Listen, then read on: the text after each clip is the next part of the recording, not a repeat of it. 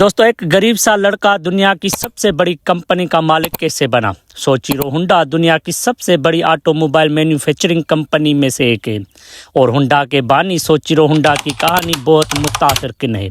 سوچیرو Honda Japan کے ایک چھوٹے سے گاؤں میں پیدا ہوا تھا اور اس کے والد لوہار تھے اور اس کی ماں بنائی کا کام کرتی تھی۔ سوچیرو بچپن سے ہی ایک جستجو رکھنے والا شخص تھا۔ یہ نئی چیزیں بنانے، ٹولز اور مشینوں کی طرف بہت زیادہ شوقین تھا اور گاڑیوں سے متعلق بہت زیادہ ایکسائٹڈ تھا، جیسے کہ کار اور گاڑیاں کیسے کام کرتی ہیں، کیسے بنتی ہے، یہ سب ڈھونڈتا تھا۔ یہ تمام چیزیں اور سوالات دلچسپ ہیں۔ سوچیرو اپنی پڑھائی میں بالکل بھی اچھا نہیں تھا، اسے اسکول جانے میں کوئی دلچسپی نہیں تھی اور یہ تعلیم حاصل کرنے میں پیچھے تھا، اس لیے اس نے پڑھائی چھوڑ دی اور اپنے والد کے ساتھ سائیکل کی دکان پر کام کرنے لگا۔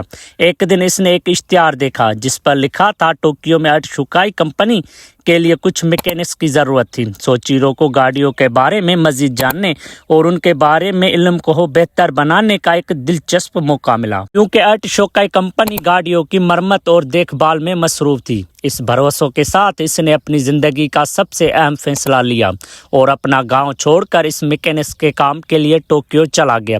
سوچیرو ہونڈا بحفاظت ٹوکیو پہنچ گیا، لیکن کچھ بھی اس کے مطابق نہیں تھا اور یہ بہت چھوٹا تھا، اس لیے اسے نوکری نہیں مل سکی اور اس کے پاس انٹرن کے طور پر کام کرنے کا واحد آپشن تھا۔ یہ پیشکش اچھی نہیں تھی، لیکن اس نے ہمت نہیں ہاری اور اس پیشکش کو قبول کیا اور واپس اپنے گاؤں نہیں گیا۔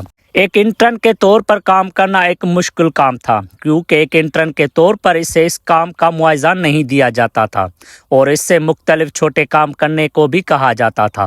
پھر بھی ان تمام برائیوں اور چھوٹے چھوٹے چیزوں کے باوجود سوچیرو ہونڈا نے صرف موٹر مشینوں میں اپنے علم اور مہارت کو سیکھنے اور بہتر بنانے پر توجہ دی اور اس رویے نے اسے اچھا بدلا دیا۔ اس کے علم میں اتنا اضافہ ہوا کہ اس نے دوسرے سینئر میکینکس کی مدد کرنا شروع کر دی۔ اس نے دوسروں کو ان کے کام کے لیے نئے آسان طریقے بتانا شروع کیے اور قابل رسائی ٹول بنانا شروع کیے، جن کے ذریعے دوسرے لوگوں کا کام آسان ہو گیا اور لوگ ان کی عزت کرنے لگے۔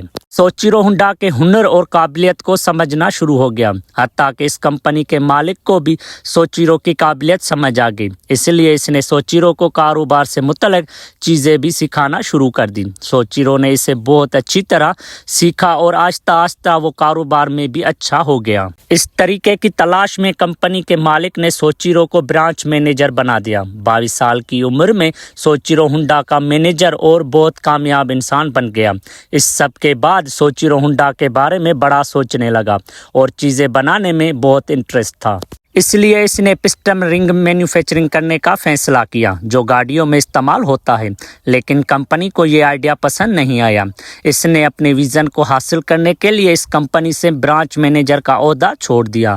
اب پسٹن کی انگوٹھیاں بنانے کے لیے بہت سے چیزیں جاننے کی ضرورت تھی، اس لیے اس نے دوبارہ ان چیزوں کے بارے میں سیکھنا شروع کیا۔ یہ رات کو پسٹن کی انگوٹھیاں کے بارے میں سیکھتا تھا، صبح کے وقت یہ مختلف مواد سے پسٹن کی انگوٹھیاں بناتا تھا اور یہ اس وقت تک بناتا رہا جب تک یہ بہترین کوالٹی کی پسٹن کی انگوٹھیاں نہیں بنتی، اور انگوٹھیاں بنانے کے بعد اس نے وہ انگوٹھیاں ٹویوٹا جیسی بڑی کمپنیوں کو فراہم کرنا شروع کر دی۔ سب کچھ ٹھیک چل رہا تھا، یہ کامیاب ہو گیا، لیکن پھر جب چائنا میں جنگ شروع ہوئی تو اسے دوبارہ بڑا جھٹکا لگا۔ اس کی کمپنی کے زیادہ تر ملازمین کو جنگ لڑنے کے لیے جانا پڑا، جس کی وجہ سے اس کی کمپنی میں زیادہ سے زیادہ خواتین ملازمت نے چھوڑ دی۔ اپنی پوری طاقت اور یقین کے ساتھ ہونڈا نے دوبارہ اپنے آپ کو ایک نئی شروعات دی۔ اس نے دوبارہ کام شروع کیا اور اپنی کمپنی بنائی جس کو اس نے ہونڈا موٹرز کا نام دیا۔ اس بار اس نے خواہش اور خواب کے لیے کام کرنا شروع کیا جو اس نے بہت پہلے دیکھا تھا۔ اس نے اپنی موٹر سائیکل بنانے والی کمپنی شروع کی۔ اسے ریسنگ اور بائک کا بہت شوق تھا، اس لیے اس نے موٹر سائیکل بنانا شروع کر دی۔ شروع میں اس کے پاس زیادہ پیسہ نہیں تھے۔ جب اس نے موٹر سائیکل بنائی تو یہ ایک سائیکل کے سوا کچھ نہیں تھا۔ اس نے وہ موٹر سائیکل بیچنا شروع کر دی جسے بہت سے لوگوں نے پسند کیا اور اسے منافع ہونے لگا۔ اس منافع سے اس نے بہت ساری ایڈوانس موٹر سائیکل بنائی اور وہ وقت آیا جب سوچیرو موٹر سائیکلوں نے موٹر ریس جیتنا شروع کر دی۔ اس کی موٹر سائیکلوں پوری دنیا میں بہت کامیاب ہوئی اور یہ سب سے بڑا موٹر سائیکل بنانے والا بن گیا۔